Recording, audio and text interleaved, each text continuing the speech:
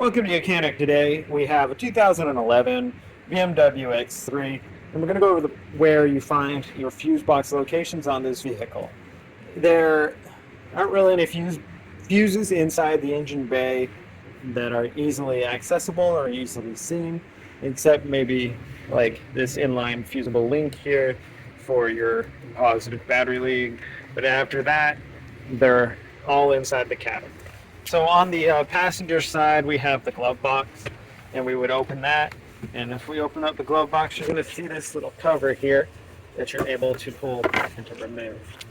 And we have some fuses back in there and different connections to the vehicle. And if we have any fuses that we need to replace, we make sure that we replace them with the same size of fuse that we removed, and we put them back in there. So that's the one that's located inside and behind the glove box. And now let's go to the luggage compartment for the next fuse box.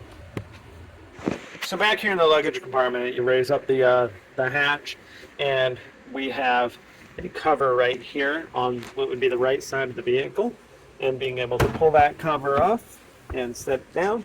And then the soundproofing material is where we locate those fuses there.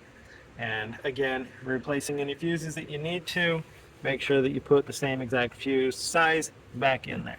Your fuse remover, and then right here we have an information panel here that tells us what the fuses run and what the numbers of the fuses are.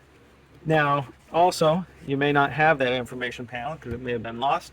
If you need access to fuse locations, wiring diagrams, anything that the OEM manufacturer provides, we do offer a service for that, and that you can link to through the website. It is a paid purchase program that you would to be able to have schematics for your individual vehicle or more. Thanks for watching Mechanic, where you can